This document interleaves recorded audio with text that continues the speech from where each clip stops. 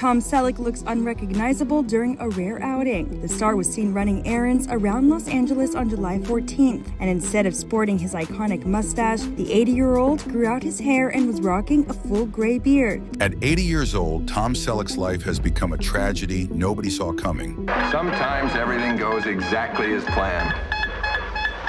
Sometimes it doesn't. Nothing went as planned for Tom Selleck. He was supposed to be Indiana Jones, one of the biggest movie stars in history. Well, it isn't the worst thing that ever happened. It is the worst thing.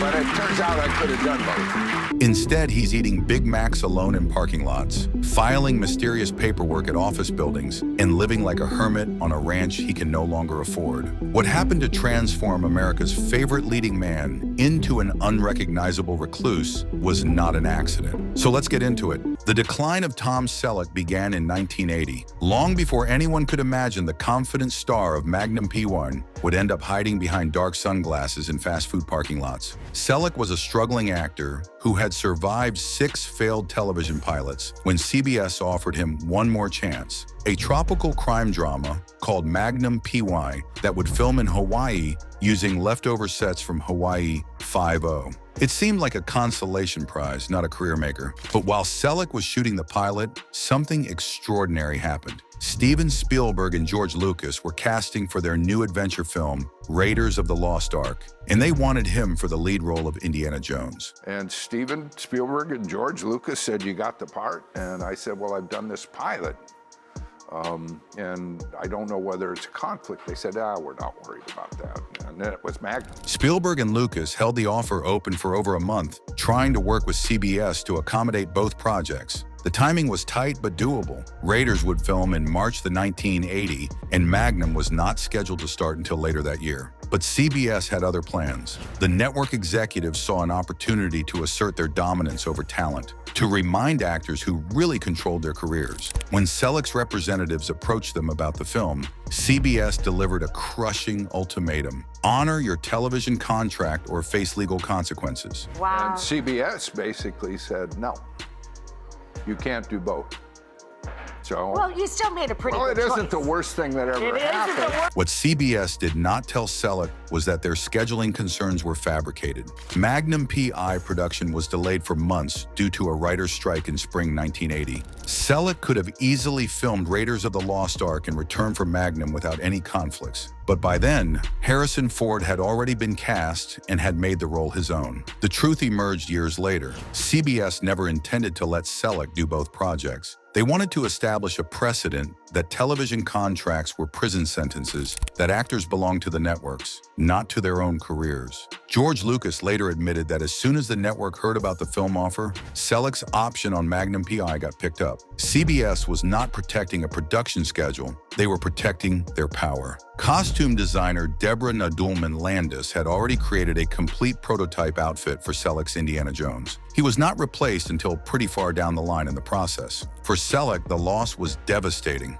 He had screen tested brilliantly, with Spielberg later showing the footage and Lucas expressing approval of his look. He had won the role that would define adventure cinema for generations. But privately, the loss haunted him. When Raiders of the Lost Ark premiered in June 1981, friends warned Selleck not to see it, fearing it would be too depressing. He went anyway, sitting in a Waikiki theater watching Harrison Ford inhabit the role that should have been his. The Indiana Jones franchise would go on to earn nearly $2 billion worldwide. Harrison Ford became one of the biggest movie stars in history, and Tom Selleck learned a brutal lesson about the price of challenging network authority. The man we saw stumbling through that Los Angeles parking lot in July 2024 was still carrying the weight of that loss, still wondering what his life might have been if CBS had not decided to crush his film career before it could begin. By 1999, Tom Selleck had recovered from the Indiana Jones disappointment and successfully transitioned to film roles. He was promoting his romantic comedy, The Love Letter, starring Kate Capshaw and Ellen DeGeneres. He agreed to appear on the Rosie O'Donnell show for what was supposed to be a light promotional interview.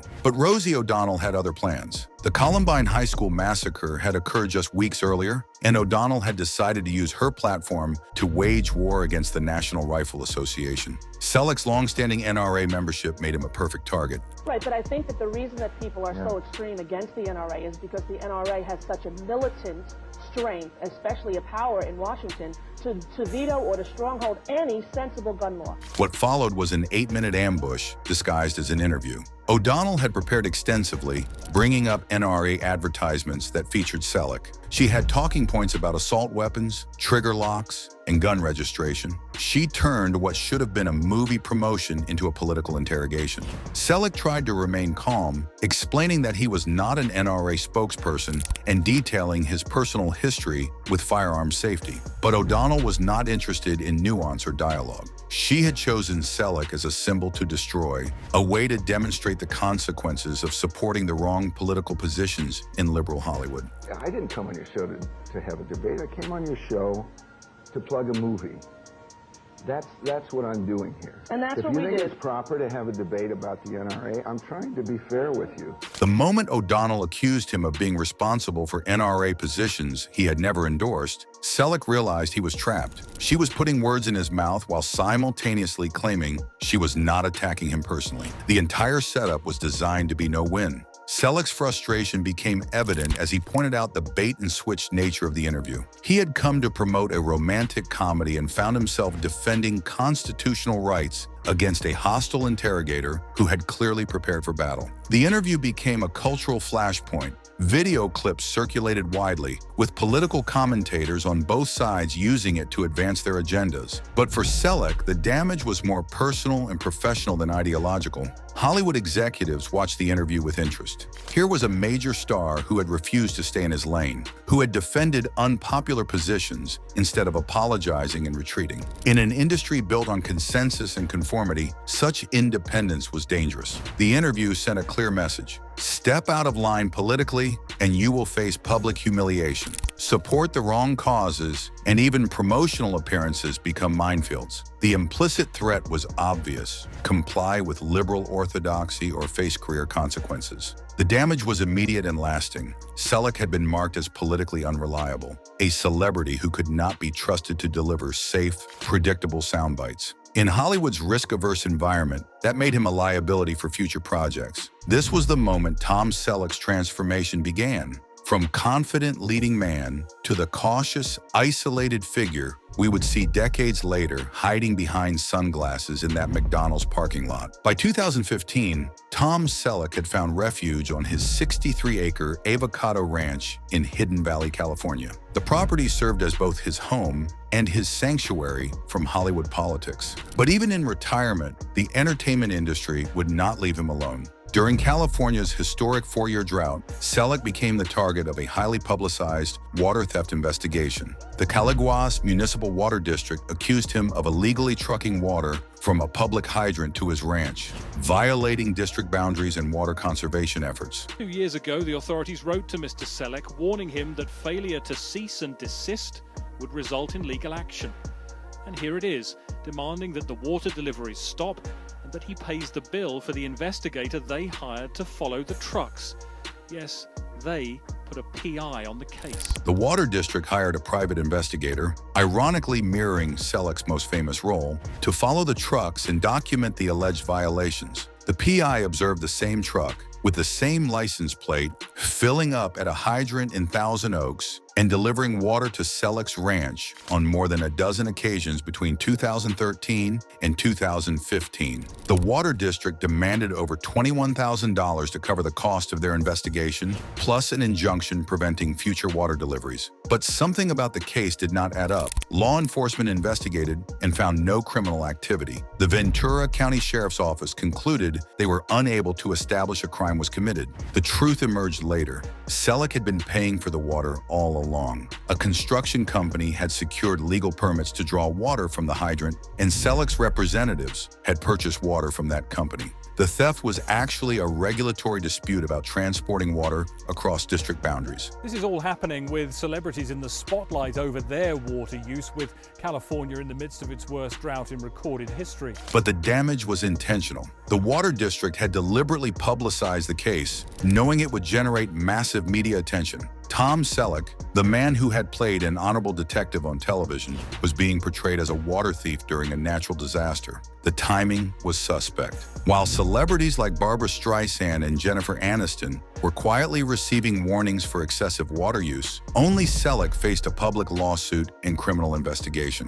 The difference was not the severity of the violation, it was his political profile. The water district's claim that politics played no role was transparently false. They had spent $22,000 investigating a regulatory violation that typically merits a form letter. They had hired private detectives to tail trucks carrying legally purchased water. They had filed a civil lawsuit with extensive media coverage instead of simply adjusting billing procedures. Selleck settled quickly, paying the investigative costs and agreeing to stop the water deliveries. But the real goal had been achieved. Another public humiliation for a conservative celebrity, another warning to others who might consider stepping out of line. The water case revealed how the harassment campaign had evolved. Instead of direct career sabotage, they now used regulatory agencies, environmental groups, and local governments to attack conservative celebrities. The methods were more subtle, but the message remained the same: conform or face consequences. This constant pressure was wearing Selleck down,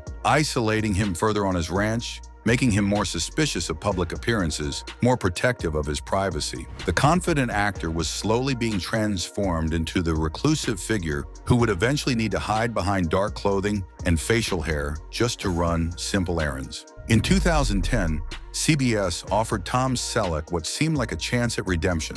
Blue Bloods, a police procedural about a multi-generational family of cops, would star Selleck as Frank Reagan, the New York police commissioner.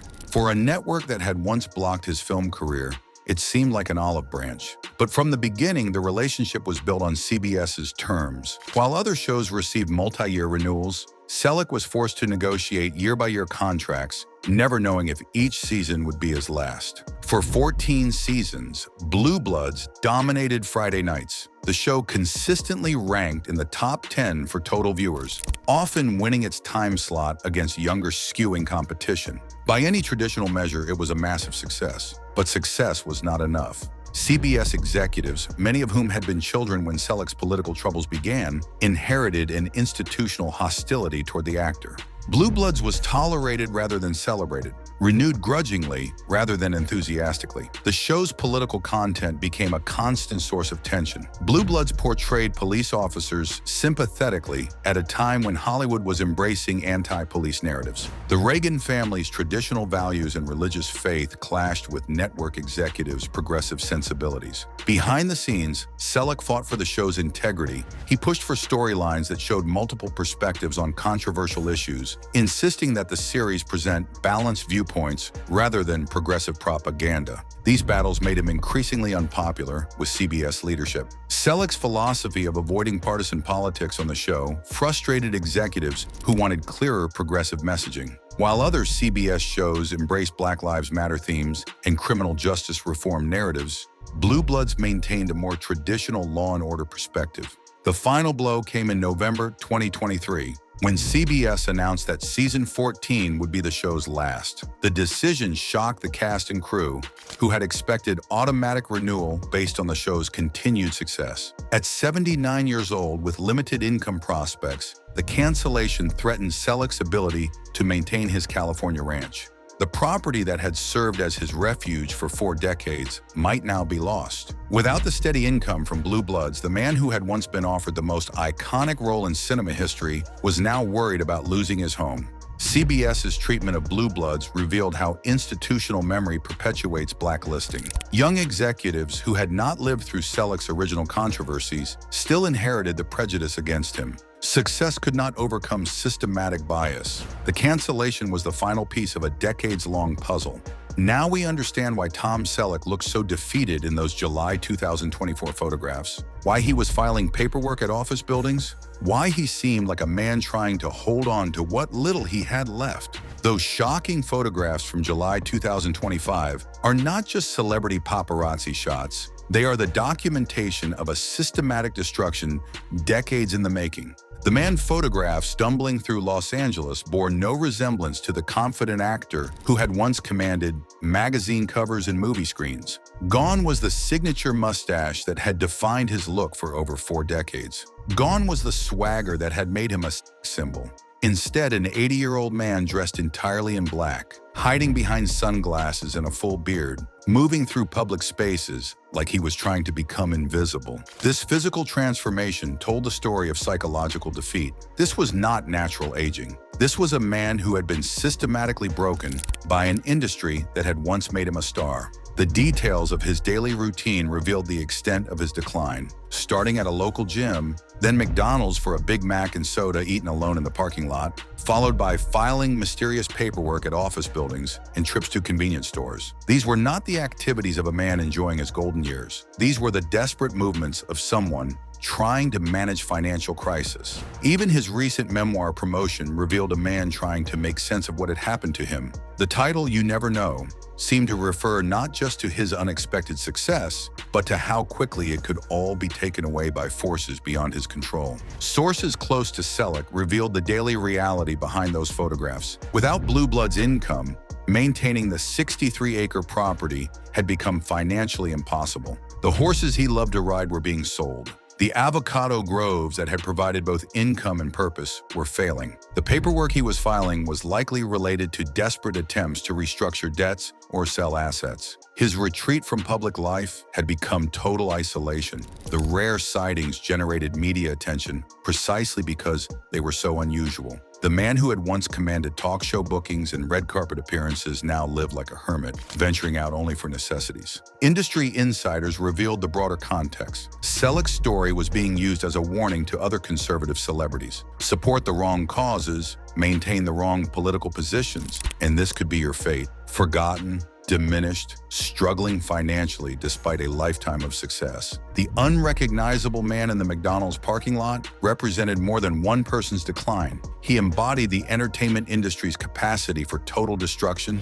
its ability to erase even the most successful careers when ideological purity is deemed more important than talent or achievement. Hollywood had succeeded in its decades-long campaign. Tom Selleck once offered the role of Indiana Jones, once the star of one of television's most beloved series, once a household name around the world, had been reduced to an anonymous old man eating fast food alone in parking lots, filing paperwork to save his home, and hiding from a world that had systematically destroyed him. Tom Selleck's transformation from leading man to broken recluse did not happen overnight. It was the result of 4 decades of systematic pressure designed to punish independence and enforce ideological conformity. From the CBS contract that cost him Indiana Jones to the Blue Bloods cancellation that threatens his retirement, each chapter followed the same pattern. Success followed by punishment, achievement followed by sabotage, resistance followed by escalating consequences. The 80-year-old man hiding behind sunglasses and eating alone in fast food parking lots is not just Tom Selleck. He is a warning to every actor, director, and producer who might consider stepping out of line. In Hollywood's current landscape, talent is not enough. Success offers no protection. Even decades of service cannot overcome the unforgivable sin of independent thought. The entertainment industry set out to destroy a man who dared to think for himself. Those July 2024 photographs prove they succeeded completely. Anyway, that's it for this video, folks. Bye.